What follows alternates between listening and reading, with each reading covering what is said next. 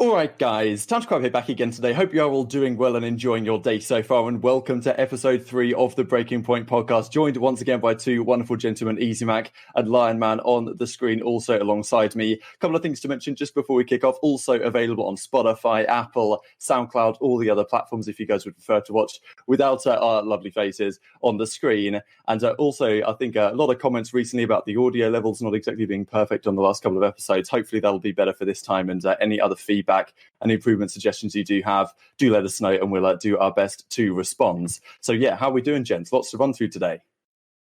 Yeah, going good. A lot happened in the last week, so we've got a lot to talk about. Should be exciting. Yeah, very eventful, but doing good.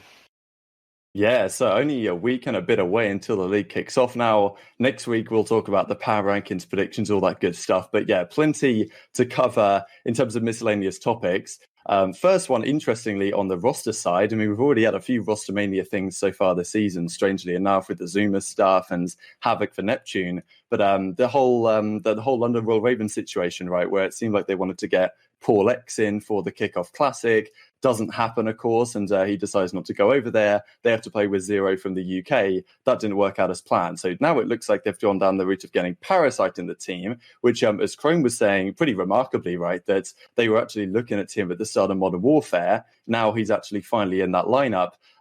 Yeah, strange team to me. I mean, you've got Shawnee, Parasite. Seems like Parasite might be on the flex. I guess that team does lack something of a leader, so maybe Parasite could work in that sense. Alex and Dylan, of course, on your SMGs. But it's certainly something I wasn't necessarily expecting Parasite to be back in the league this quickly. Certainly, I'm happy for him. I hope he makes the most of the opportunity. But I'm not convinced it's going to last too long. I'm intrigued to hear your thoughts, Austin.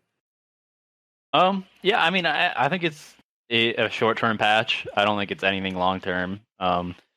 I think as soon as either Trey or even Afro can get over, it's probably going to go to an all-European team again. I don't think it was...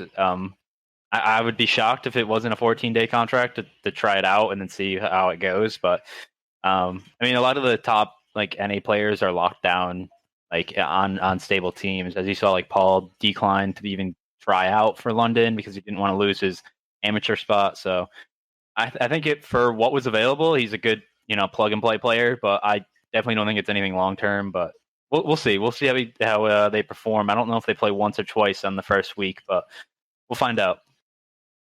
Yeah, I agree. I don't think it's for a long period, but so it probably is that 2 week. But if we actually think about Haggy in the last couple of years, he has been grinding harder than anyone else. In the scene, he's one of the most dedicated players, and yeah, he might have a little bit of an ego sometimes, but he's still one of the best players, and so him getting a chance, I actually do like.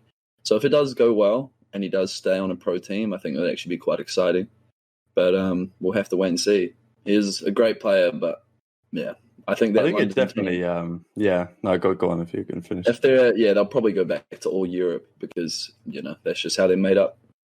Yeah, I definitely imagine that's the case in the long term. I do wonder, though, because it seems like he's flown out to North Carolina, which, I don't know, it'd be strange to me if he's just a 14-day that they'd actually fly him out there. And he's talking about how he's watching the Challenger Cups, not playing in them now. Seems pretty confident he's going to be around there for a while. So certainly, I think looking forward to next year, right? If there is expansion, this is Haggy's chance to be look, I can still compete at the highest level. I've been a valuable player to Ravens, even if they don't do anything spectacular. Potentially for next year, Parasite could be a good option for some of the expansion teams. So, the next thing I suppose leading on from that is Parasite in that flex role, using the AK-74U at times, using the XM4 at times. We've seen these last couple of weeks, the XM4 has become not necessarily the dominant gun in the meta. I mean, the 74U is still probably the best gun in the game, but a lot of complaints about the XM4. Every single day on the timeline, I'm seeing more and more complaints from players about the XM4 is broken, it's got to go. And it's just funny how things work, right? We have the AK-47. People don't realize it's good. Eventually, people realize it's good. It gets gone. XM4, initially, it's okay, it's kind of the backup weapon, whatever, we'll use it, I suppose. Now, a few weeks down the line, apparently the XM4 is too strong, even though in certain situations, the Krig, to me, certainly seems viable. And I'm seeing Octane still use it on maps like even Raids, and certainly Checkmate, especially in the Search and Destroys, the Krig is still viable. I don't think the XM4 is completely taken over. But there's certainly been some calls for gentlemen's agreements. I wanted to hear your perspective, Lion, on whether you think that's something that should be done, or whether the meta as it stands right now is pretty satisfactory. Oh, I'm actually enjoying the meta right now. Like with just the AK-47 gone, I don't mind it. And to a lot of people, it's actually the 74U that's the do-it-all gun that should actually be patched a little bit and nerfed. But I don't know. I'm enjoying the meta. I think the gun is pretty overpowered, but so are most guns in the game. So it's just play with what you have, I feel. And if it gets patched or if it gets GA'd, then you just got to roll with the punches. But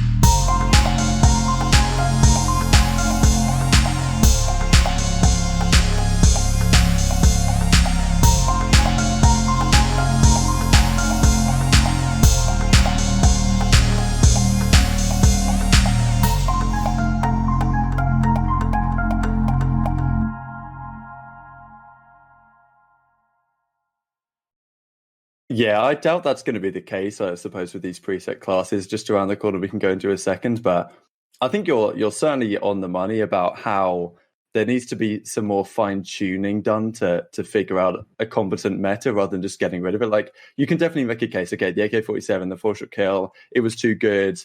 It was dominating the meta, okay, like, fair enough. But now we're in a situation where, as you say, if certain attachments are gone, I mean, I wasn't exactly in favor back in World War II of getting rid of long barrel on the bar, but I can see that, okay, right, we get rid of long barrel, therefore the STG is also viable. We kind of get a 3-gun meta in that game with 2 pure BSHs. 1 bar, 1 STG, actually worked out kind of okay in the end. I guess another question would be, can they have these discussions with the developers, right? Because you'd imagine, all right, we've got the XM4. Let's say we feel, okay, it's slightly too strong. It's too good against the cricket range. It's too good against the AK-74 up close. What if we added a little bit of recall to it, right? Instead of maybe having to say we have to GA an attachment, because my concern is that people go into League play and they're like, all right, these preset classes, why are muzzle brake not on these classes? Like, what's going on here? It's maybe a little bit alien to someone who doesn't follow the scene. The alternative might be that, all right, Tony Flame and the guys are like, all right, we'll just bump up the recall a bit more. And it seems like we've got a patch coming on this Thursday probably, the day after, 2 days after this video goes live, which potentially is going to have some ramifications for what the weapon meta looks like. We don't really know. It seems about time that some updates are being made. So I suppose, Austin, do you think that maybe that's what they could do? XM4's slight nerf might make the weapon meta perfect and the pros don't want to G8 anymore? Or do you think that, like, as you say, the politics will become rampant whatever happens?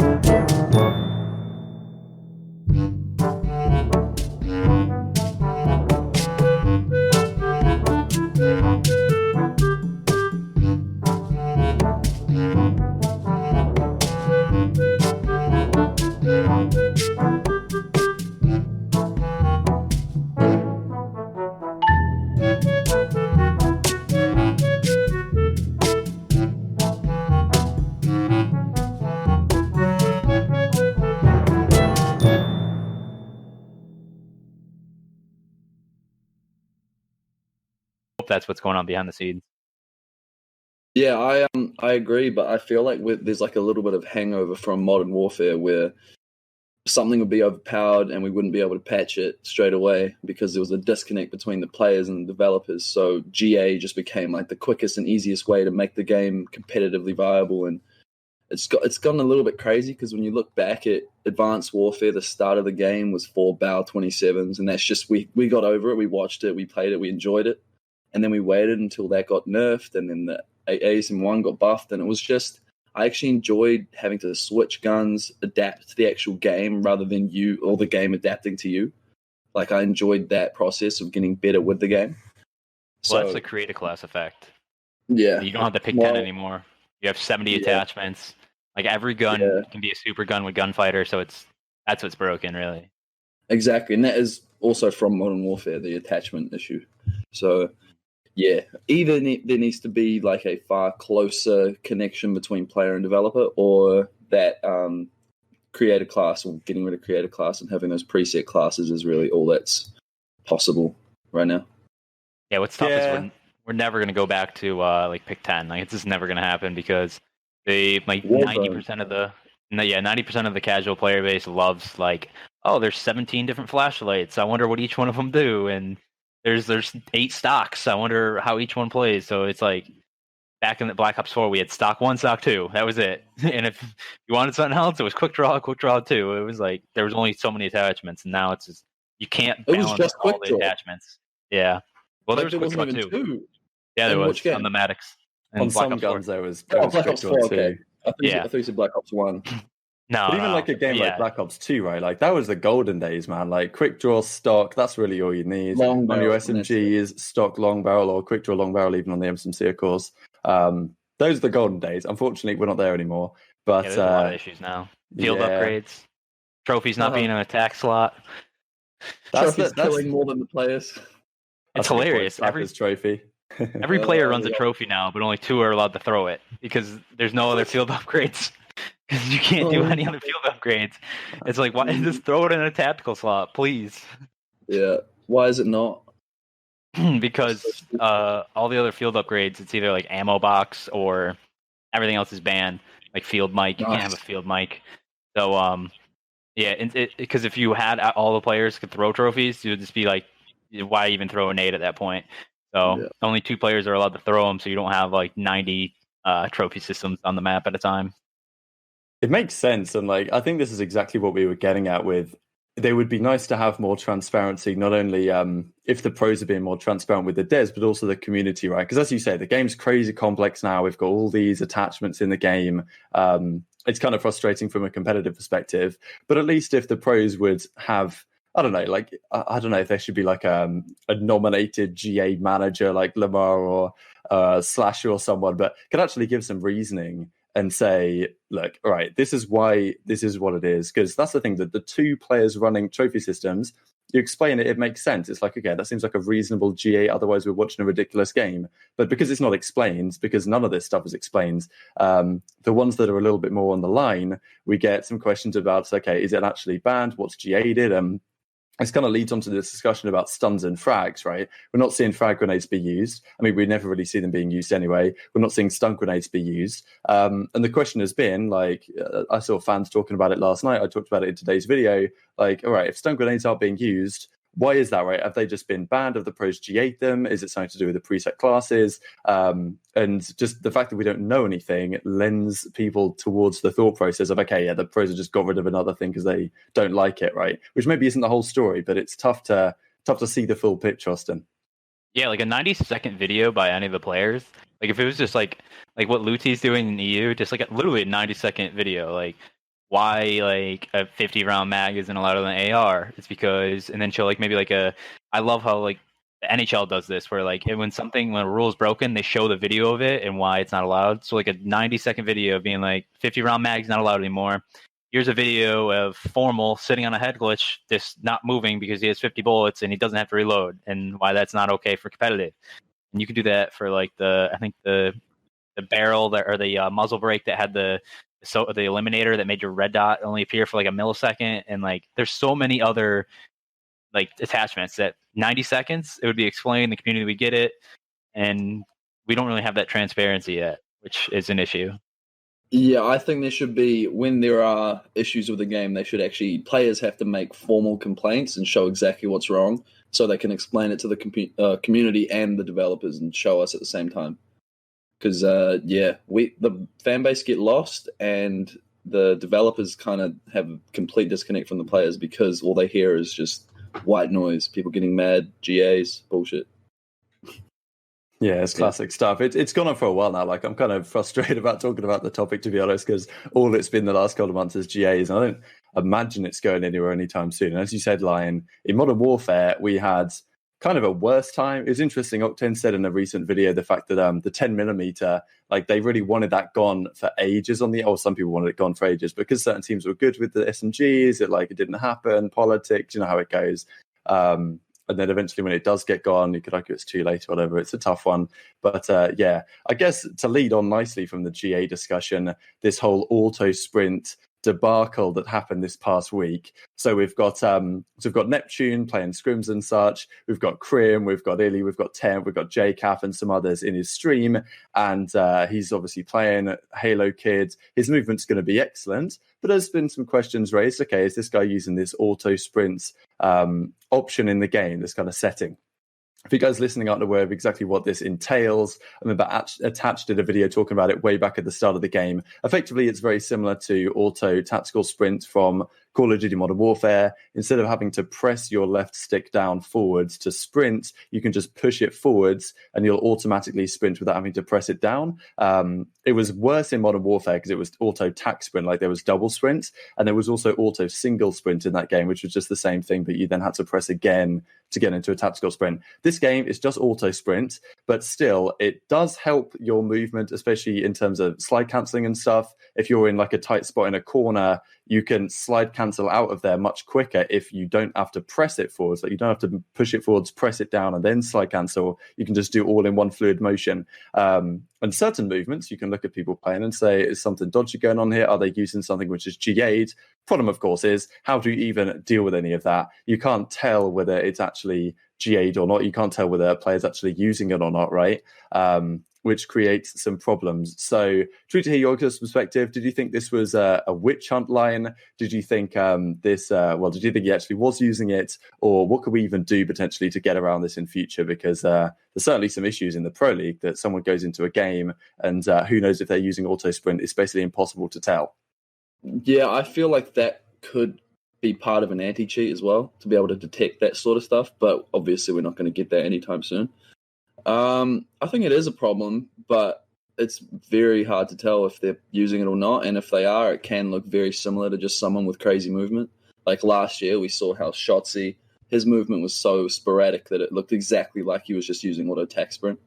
And so, yeah, it is a bit of a witch hunt, but also if you're doing it and you are blatantly doing it to get an advantage, obviously it should be taken out of the game. So I don't really know what to do about it at the moment. We just have to kind of see if people are using it or not. But yeah, it's whatever, to be honest. Austin? It's really hard to police because, like, in a private match, ideally all you need is just like the same way how you can turn off mounting. So even if a player has mounting on, they can't do it. It would just be turning off ATS because it's just a game setting. And like right now, like you can't police it. Like it's a game setting. Unless you have somebody like showing their settings every time they play the game, you're not gonna be able to police it. And you saw Crim do it last year where he tried hiding it for like a month, even though people were calling him out the whole time. He was still hiding. He wanted to do his experiment. And like, there's actually been other players that have done that too over this year, like recent, like over the time. So it's like, and then everyone gets accused. So like with the Neptune thing, like everyone's going into his chat, telling him to show the settings.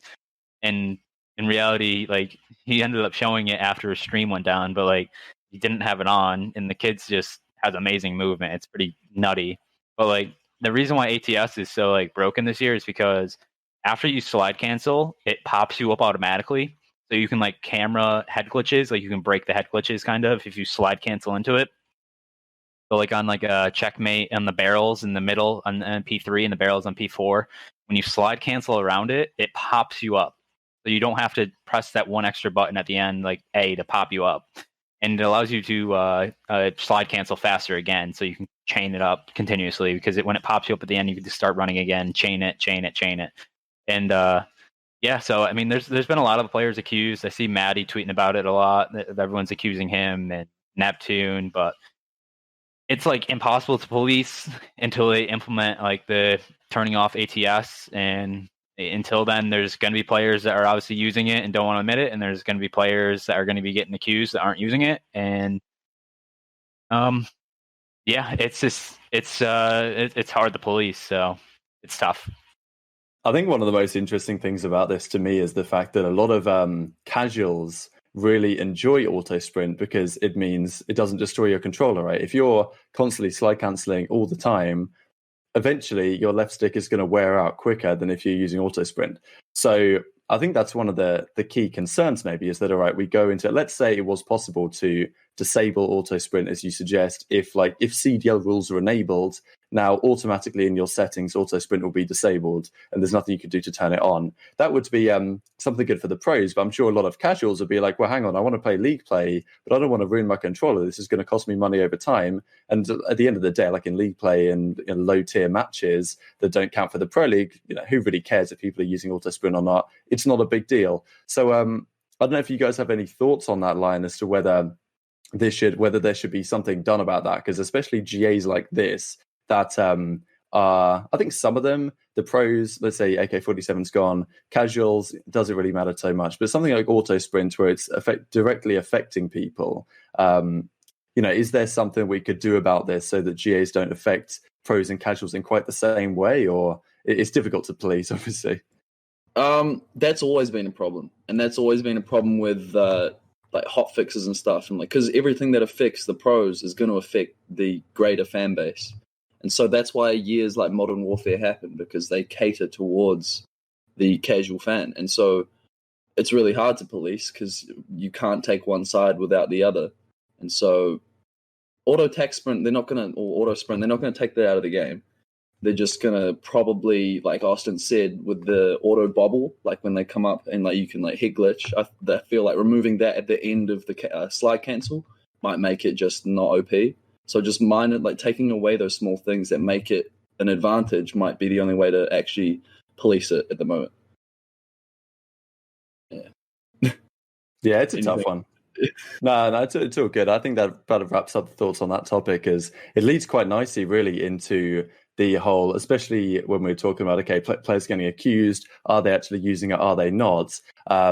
The Challengers Cup this past weekend, very interesting Challengers Cup in pretty much all the regions. Renegades back to winning ways in the APAC region.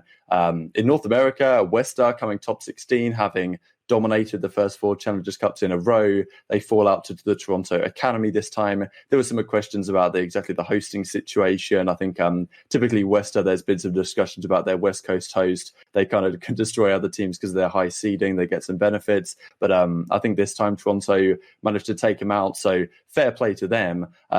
And then, well, we'll get into it in a second, but also the whole cheating discussions which arise once again. But yeah, intrigued to hear your perspective, Austin, on the results. Did you expect WestR to lose? They've obviously been scrimming a lot of pro teams as of late. So reasonable success, it seems. Yeah, I mean, I was kind of surprised. I mean, those are like 2Ks, and they're really hard to be really consistent because you alter on like 1 or 2 maps and you're out. So, I mean, it's a tough loss, but in the end, it's not the elite. It's not the elite qualifier. It's just a 2K. So, I mean, you just bounce back. But seeing New York Academy win, I mean, they were the clear number 2 team going in. So, if WestR was going to lose, I would bet that they were gonna. So, I'm not really shocked at all that they win. In the European side, I mean, I think really highly of the European scene right now. I think the European scene is in a much better spot than the NA is. I think like the top 8 teams, I know they're going through a roster shuffle, but a lot of the top 8 teams have been very, very consistent and stable. So seeing Rams come out and win, even though there was some controversy around it, I still think they're a really good team. Might be seeing some Madrid there soon. I don't know, but they're just really good. Same with like Obtained and Singularity. There's just a lot of top teams over there. So beating them out for the first spot was awesome to watch. Me? Yeah, up to you. Yeah, APAC was the exact same Challengers Cup. No real surprises. Renegades won. 4th time they won out of 5, and the other team to win was Chiefs, which is like the other half of Renegades. So APAC was the same. Europe, I was surprised to see Rams win. I mean, it is a good team, and it's what 3/5 of that Heretics team from Black Ops 4. So they're obviously going to be quite good. But I was surprised to see House Tarth actually not perform that well in Europe. I think they've won 2 cups, and so like I was surprised to not see them there. Singularity still haven't won a cup yet either, but they're right in the picture. The one I was surprised about was Team Degeneration from in the North America, who came 3rd and were actually in the winners bracket final. You know, seeing Cruz from New Zealand like go big and actually take the team to a top 3 was awesome to see. UT Crew looked really good. Phantoms looked really good on UT Crew, like really good. But yeah, New York Subliners Academy, Saints was going off. Spart was going off. That team looks really, really good. I wonder if they play WestR in the next final. If WestR, bring it back together, I wonder how that final will go. So I feel like there could be a rivalry brewing between those two teams if they keep performing well. They played in the They played in the fourth cup. They were in the grand finals against each other. Exactly. And and WestR clapped them 3-0, I believe. But obviously, this is I believe a new iteration of the academy. Yeah, because they had Diamond Con and now it's Glow Frosty. So yeah, and then Glow Frosty played great as well. So and then WestR are now on a little bit of a bump in their trails. So who knows? They might be right next to each other when they come up next time. I think there's so much to look at here, like from the Challengers Elite perspective and what some of these teams are up to and the potential over there. Like a lot of these matches are going to be crazy. I mean, just to run through the players on the winning teams, for those of you listening, if you didn't keep up with it, Rams was Invidian, Journey, Lucky, and Metal. So the Spanish guys, a lot of questions there next year. Do we get a Heretics team? It seems pretty likely right now. Is that going to be in Madrid? These, I'm sure, are guys that they're keeping their eyes on. And I kind of wonder if they've, that kind of news or that rumors that came out has kind of sparked these guys to think, look how good we were in Black Ops 4. It's time to really put our head down so that if Heretics do get a spot, we're the guys from the Spanish scene they pick up. New York Subliners Academy, Glow Frosty, Prolute, Saints, and Sparts. As you say, Team Degeneration, Cruz, really cool to see him having success out there, right? Because it's only the North American and the European region that have these Challengers Elite series. So cool to see some APAC representation at least out there.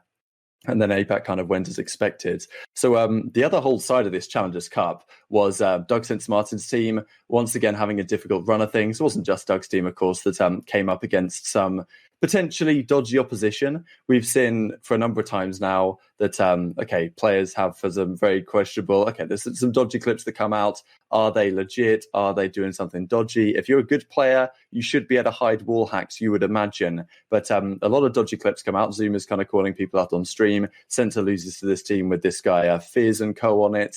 And was effectively saying that, how do you explain these clips? This looks very dodgy, and thinks that they were cheating.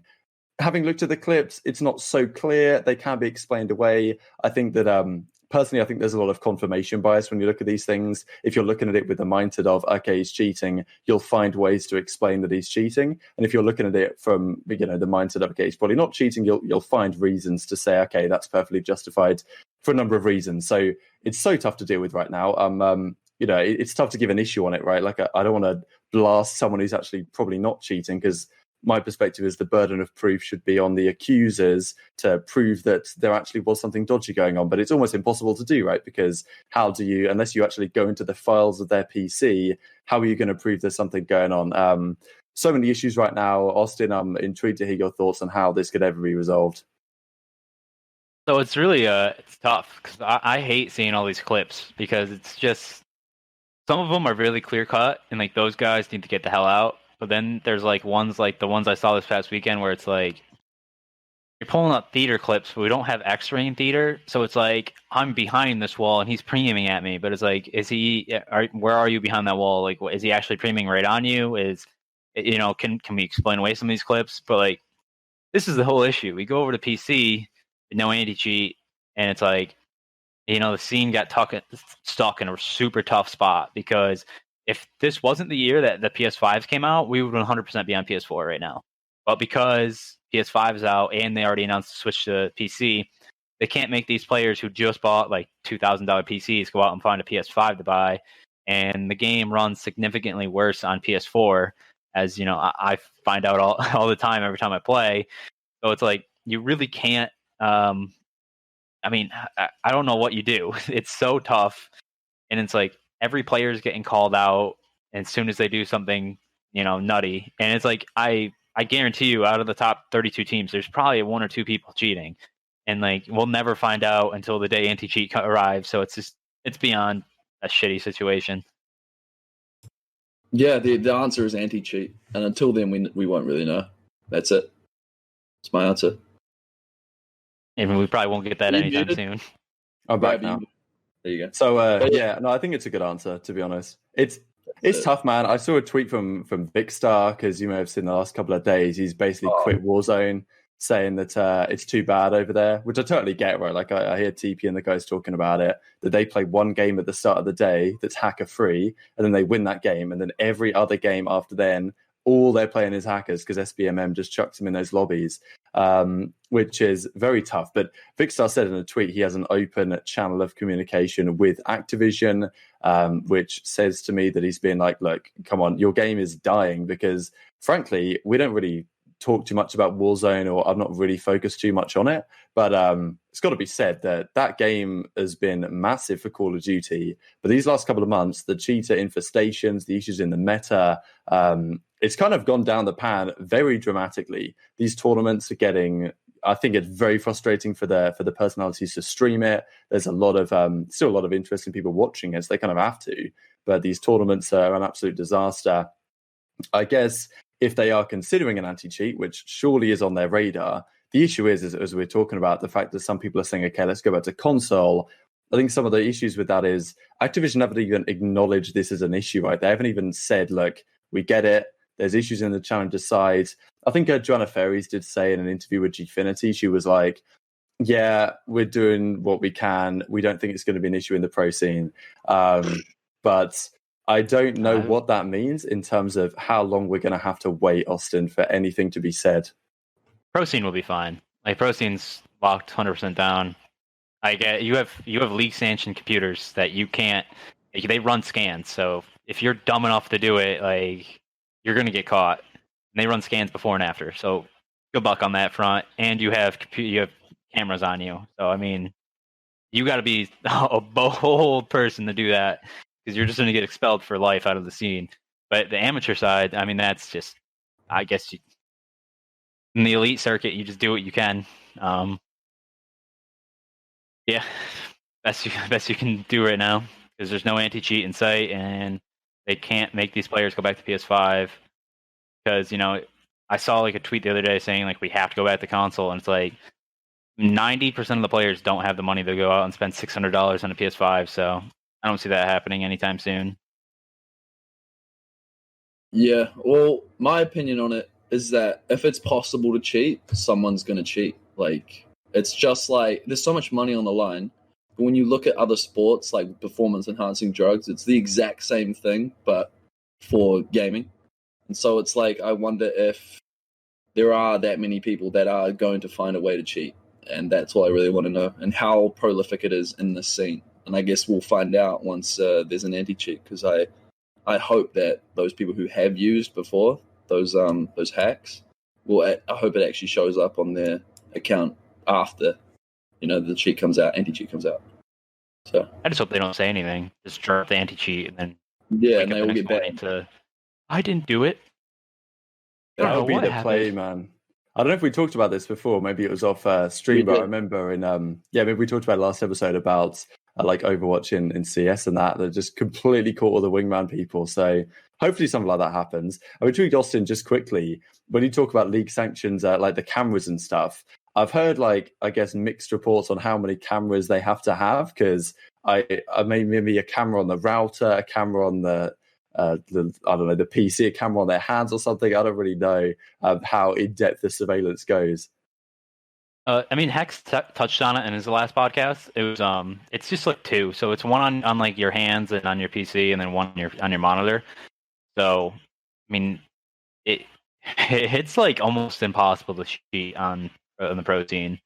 And then like with the PCs this year, I mean, as he also said on this podcast, they're league sanctioned PCs that do scans. So I mean, again, like the risk reward is not worth it. I mean, I don't think so. So if somebody's going to throw away their career to try that, I mean, go ahead. I guess get out of the scene. That's my opinion. Good riddance, right? Mm-hmm. Yeah. I don't know. It's an interesting one. I do wonder about like, because if you're an amateur player cheating to try and get in the pro league, then it's like, okay, well now I'm in the pro league. Now I've got to turn off the cheats because I'm using all this. I'm actually on the league sanction stuff. And if I now just suck, then I'm just going to be out of the league in a year. So the rumors are going to fly too at that rate. Yeah, rumors are probably 1.4s, and then you come into the scene and you drop 0.6s, like you're out. Yeah, exactly. There's no, especially how quick it can be to make roster changes nowadays, right? Snap of a finger, you're gone. 14-day contract, bringing this guy in. I'm sure there's some idiots out there that are doing it, but hopefully they don't see the light of day. Anyway, so moving on from that, some more positive news, I suppose, regarding YouTube gaming and the future of this. So FaZe came out this week, and well, there was actually a couple of announcements regarding this. I suppose we'll start with YouTube clips. So FaZe announced clips are coming to YouTube. Finally, it's been long enough. I don't really know what takes them so long, quite honestly, but it is finally here. Been on Twitch for years. I mean, I don't know how long it was ago that Odd Shots was the thing, and then it was shut down because Twitch has their own clips thing. But yeah, as you say, like, probably many a year ago at this point. So, okay, it's finally on YouTube. Currently only for partnered, or not necessarily partnered, but currently only for like trial with certain channels. Given FaZe, former Call of Duty commentator way back in the day, still involved in the pro COD scene to some effect, I imagine the CDL as a major YouTube partner is going to be on that list of channels that you can clip. I think this is going to be a big thing, to be honest, for the traction that we can get in the scene. Of course, Lion, you've been killing it with the social post at Breaking Point lately.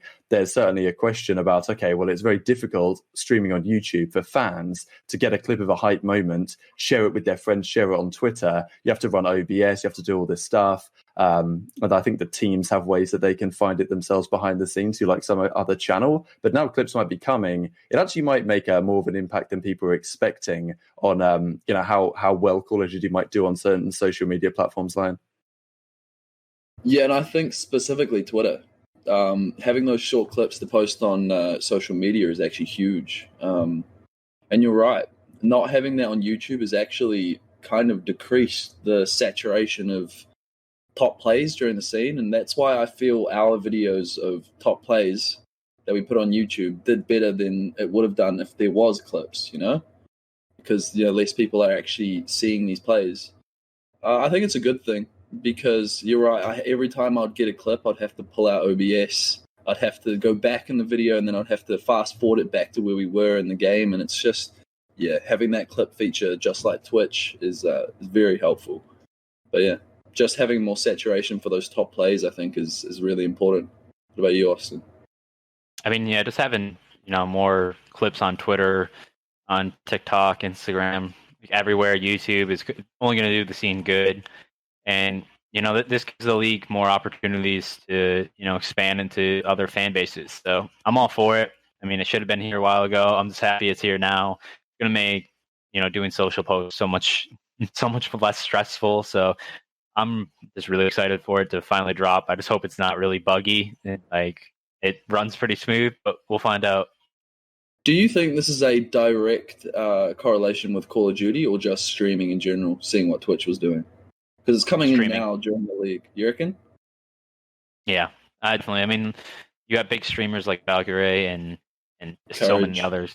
Courage. There's so many. And there's just a lot more streamers. There's a lot more leagues coming over to YouTube.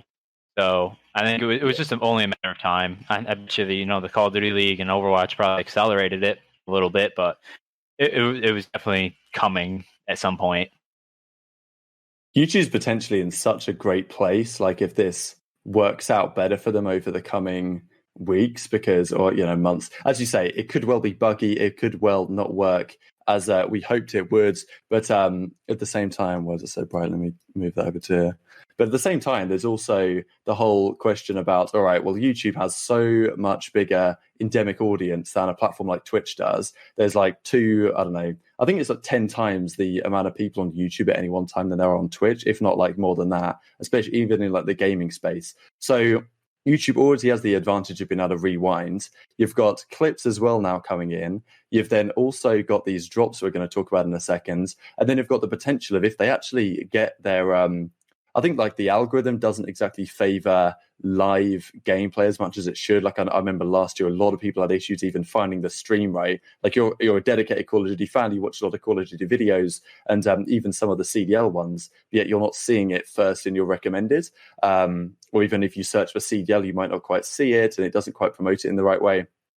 If those are things that YouTube get right, it could do really good things, and already the viewership's been great, and there's maybe a little bit of a hangover period from coming over from Twitch. So the other side of this as well is these new rewards that they've just added into the game. So we've got in-game rewards. Last year we had them at the World Championships. This time around we've got them at, already from the start of the season, which is pretty good.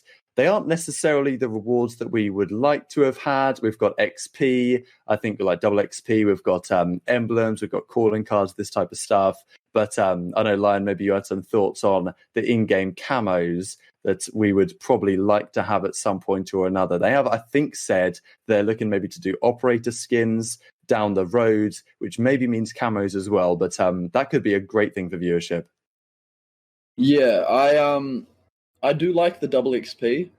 I think that's good. I think the calling cards and the rest, accessories, are very pointless, but that's fine. That's just me. Team camos obviously should be a thing. I think it's not even up for debate. That should be part of the game every single year, early in the year, so that people can, get involved with these teams and actually get to see their branding on their guns the whole time. It only does good for the teams. It's nothing bad. The reason why they haven't done it in the past is because Activision have to come to an agreement with each of the teams based on, how much money they receive per sale, all that stuff. And so coming to that agreement, I feel, has stopped them from actually putting in a lot of effort into each camo. I remember back in 2016, I worked with Gears of War on different team camos. And back then, you designed your own team camo and they put it in the game. And then they got most of the money for it as well. And so it was kind of just like a team-based thing rather than Activision putting their spin on it and then kind of just taking all the money. So it's they have to find that balance of working with the teams and their own business model to make it actually work. I think operator skins as well. Last year, that was one of the best things that added to the game, was having that customization with the teams and being able to differentiate which team was which just based on what they were wearing. That was very good. And I think having that again this year would be huge. But camos for me is the most important part. And there should be more incentives to have people watch the game as well. And I really like the double XP one. I kind of disagree with the team stuff though, because the point of the YouTube drops isn't really to make the people already watching happy. It's more to bring in new people. So you kind of think what do public players like more? So they want flashy, unique blueprints. They like the weird stuff that they're not gonna see a Atlanta FaZe sticker and be like, oh, I want that. They're gonna want something that's flashy, funny, unique blueprint, unique operator skin. So I'm more on that front, just because I want more people to come in. So hopefully that works. Can I debate that again? I think if they're gonna get new players, and then why don't they just do normal camos that are really exactly good? That's what I mean. Yeah, just anything flashy, the AK-47 that had the rockets on the back. Make that something for if you watch 10 hours. Make that something really hard to get. So but it's worth the reward. The same thing. I want that in league play too. Can you imagine if they had regular team camos that they sold, and then you could still get them in the YouTube drops, but that's not the main thing. But yeah. But then in league play, you can get gold variants of it if you place in the highest ranking. So you get a gold Chicago or OpTic Chicago skin, or a gold Atlanta FaZe skin if you finish in platinum. That's gonna be the stuff that gets more people invested in the Call of Duty. Yes. Okay. Nah, you just blew my mind. I'm gonna put that on Twitter tomorrow. Far out. Okay. I Yeah, like that's that. a banger right there. Yeah, getting like league player awards. I do like that a lot. Okay. I just don't want camos that you can buy in the marketplace to be the rewards. I want something unique that you can only get by watching Call of Duty League or only get by playing rank play. Yeah, I reckon like having the only reactive skin, make it like Call of Duty League reactive skin from watching. We'd have 3 matches. million viewers for like Exactly. LAG versus Toronto. It would be like insane, and I'm all for that. That's what I want. All right. Well, this is a Twitter clip.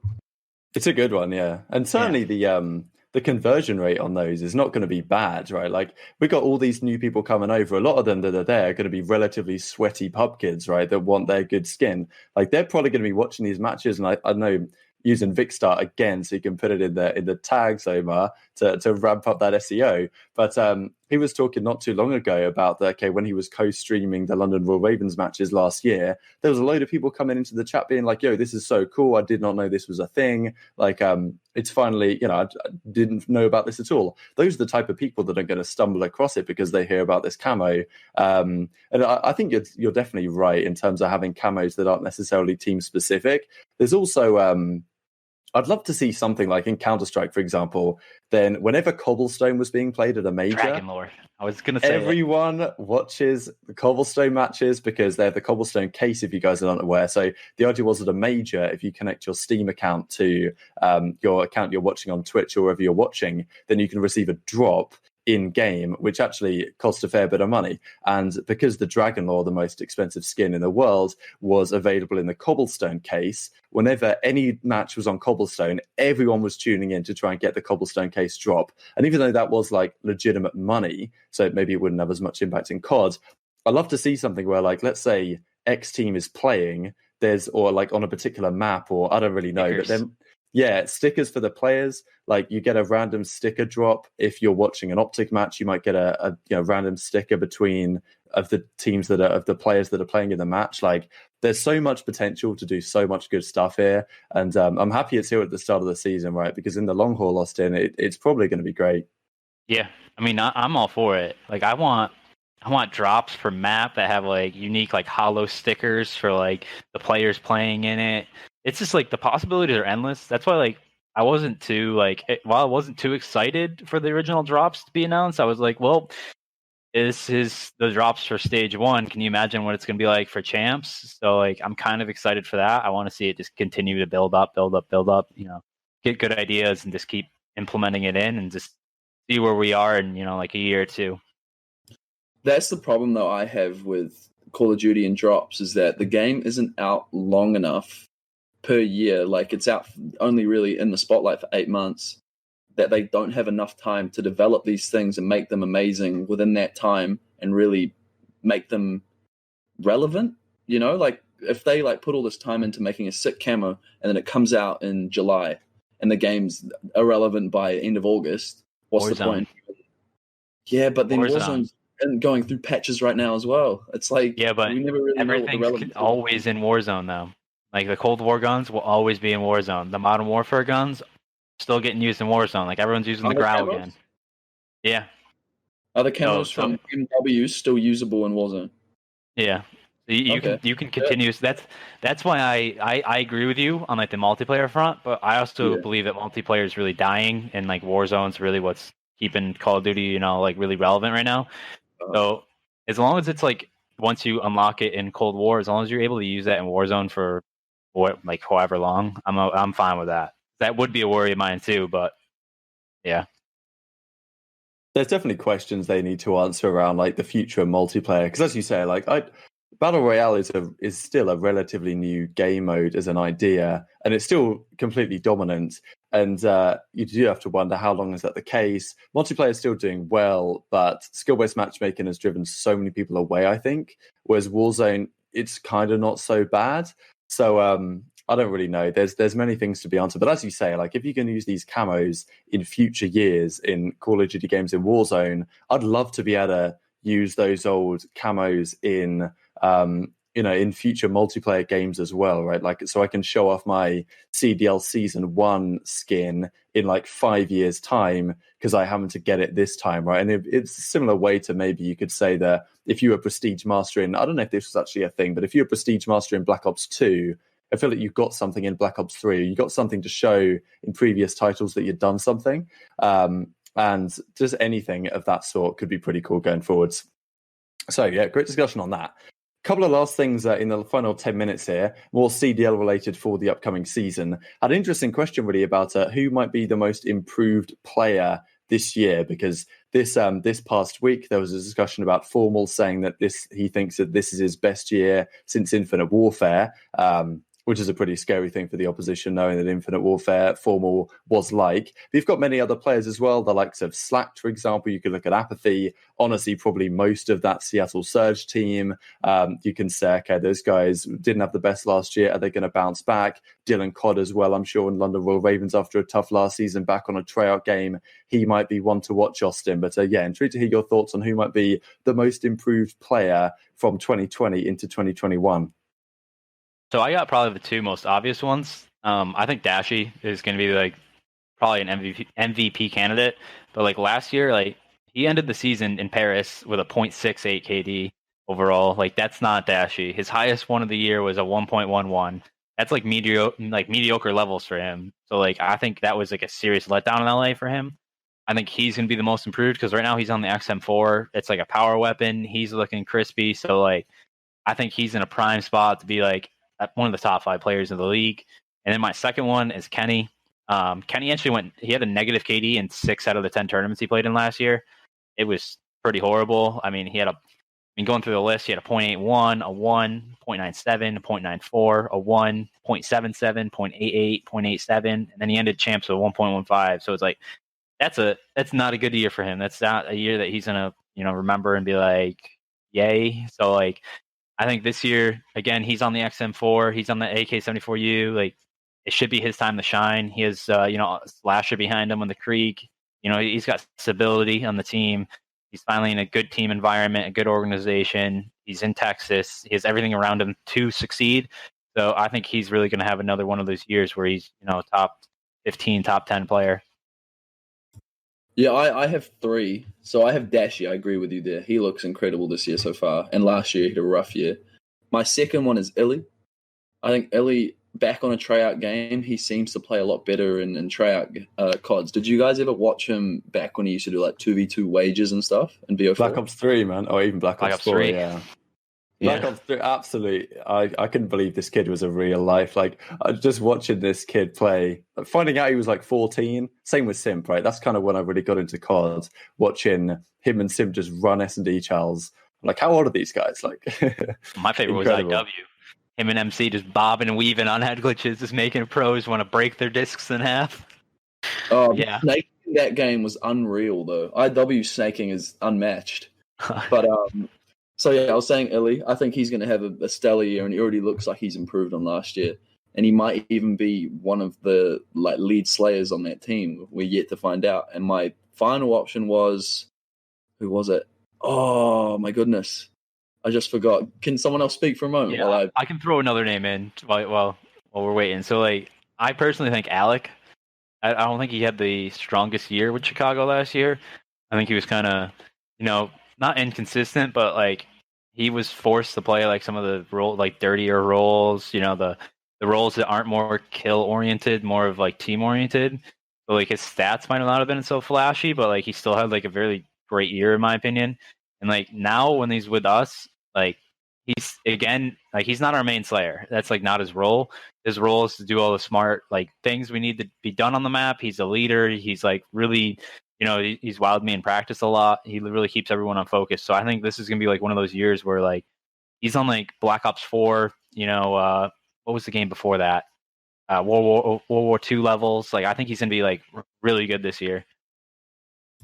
Nice. Who I had in mind was Priester. I think he's not going to be overshadowed by players like Simp or Cell or Beezy. He's kind of his own man again, like Black Ops 4. In Black Ops 4, he was that lead sub, that aggressive player who could get in your face and completely swing the game. And I feel like this year, if he's in like a flow state, he could definitely reach those levels once again. I just hope the pacing on that team isn't bad for him. Like he's Yeah, kind of like in like a he's kind of like in like a Dylan situation. Like Dylan runs at like 100 miles per hour, and the rest of the team is like just stuck behind him.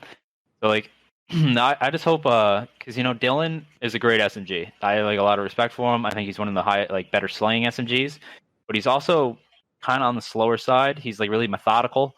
He's like one of those guys that like plays his angles correctly. He's like really smart on the map. I just hope Preston's not running around doing all playing like a cracked player, and then people not getting his trades or him kind of getting left out to dry. So that's my only worry for him.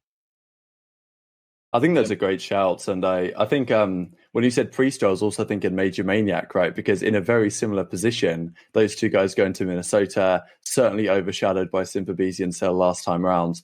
Maniac did his job last season, no doubt about it. But in terms of statistics and stuff, it's not like he was overshadowed. He put up good numbers, but people didn't really look at Maniac the way that they did in Black Ops 4, say, where it was like, wow, this guy is like coming out of nowhere, dominant with the Maddox, taken over maps for Gen G, a name that you didn't really hear too much talk about given the success of Atlanta FaZe last season. So I think this time around, as you say, he's back on the XM4. If it stays in the game as we discussed, he was looking really, really good that opening weekend, really crispy shots.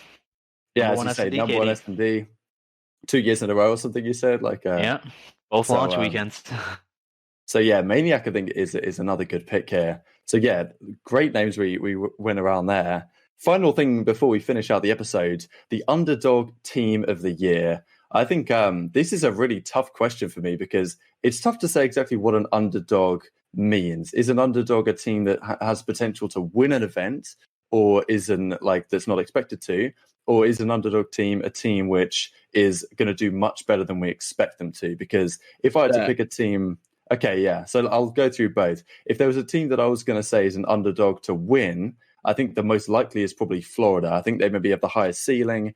If there's a team that isn't Atlanta, Dallas, or OpTic that I think has a chance to take over on their day with the Bermuda Triangle, we saw them do it last season, I think I might pick Florida. But if there's a team which is going to be much better than I expect them to be, or at least it was expected at the start of the season, I think Paris Legion is a solid shout. They've been looking good lately. A team that, because they were formed so late, everyone kind of had, okay, this is going to be awful, they haven't put together a good squad. But now you look at it, some of their results in scrims haven't been so bad.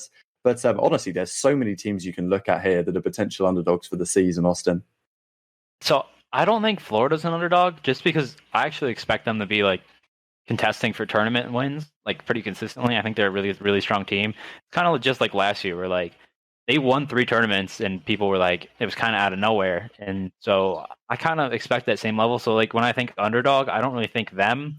I'm starting to think LA Thieves is an underdog because they started out bad, and now things haven't really progressed going in the scrims this week. So it's even though on paper they are top 4, they're really top 7, top 8. They're not really at that level yet. So I almost think of them as underdog. Because I'm not if we go into a tournament tomorrow, I'm not picking them to win. I'm not picking them to come in top 3, top 4. But I think eventually they're going to be that dark horse that just comes out of nowhere and just runs a tournament, and everyone's just wowed. So maybe them or Toronto. It would be my pick.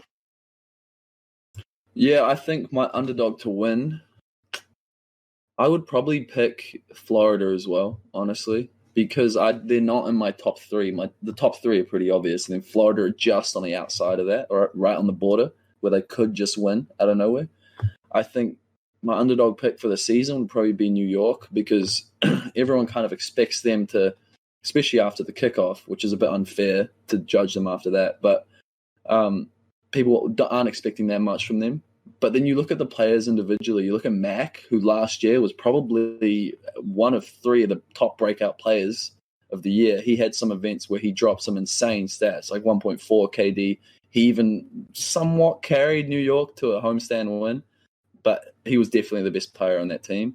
And then you look at Diamond Con, he looks very promising. Yeah, there's that drama that's somewhat surrounding him, but I think that's going to fade and we'll forget about it. But he looks very promising. And if they can just find, a cohesion with that team, I think, they could be scary on their given day. So yeah, New York for biggest underdog, and then underdog to win Florida. My problem with them is how long are they going to be together? Like, is Diamond Con the long-term fix, or is he just, like a parasite where he's just a short-term patch? I don't know if that's the roster we're going to see by like stage 2 or stage 3. So we'll have to wait and see on that one. I agree. But they're still my underdog to out of nowhere be somewhat decent. Mm-hmm. Yeah. I guess I'll finish off with saying London. I don't really know if I can fully put my heart behind this right now, but I would love to. If they did have their roster with Zero and Afro in the team, I think they have a lot more slaying potential than people maybe give them credit for. Like, I think that a lot of people underrate Shawnee and think that, okay, this guy is like, he's just filling the gaps, like he's not actually particularly strong. But I think on an AR, in like a comfortable AR role, Shawnee's actually very underrated. Alex is a really good SMG, I think. And I think it's somewhat unfortunate they have, not trying to disrespect Parasite or anything, but I think Zero's probably the greatest European player of all time, does it with every possible role. So I had high hopes for London coming into the season. Hopefully they can figure something out by, as you say, stage 2, stage 3, get Afro out there or something. It might be the solution. But yeah, I think that pretty much wraps up our topics for today. Any final words, Austin, before we finish off? Not much. Just excited to fast forward to the first weekend. I just can't wait for it to start. Yeah. Yeah, no, I've got no words. Just don't cheat. That's pretty much it. It's a good closing comment. Qualifiers this weekend for Elite. We forgot to mention that. On Saturday, we're going to have a big qualifier for both NA and EU. I cannot wait to watch that because it's going to be the top 32 teams from each region. And for some reason, every team decided that today and tomorrow are the days where they want to switch their rosters going into it. So we'll see who comes in with practice and who doesn't. And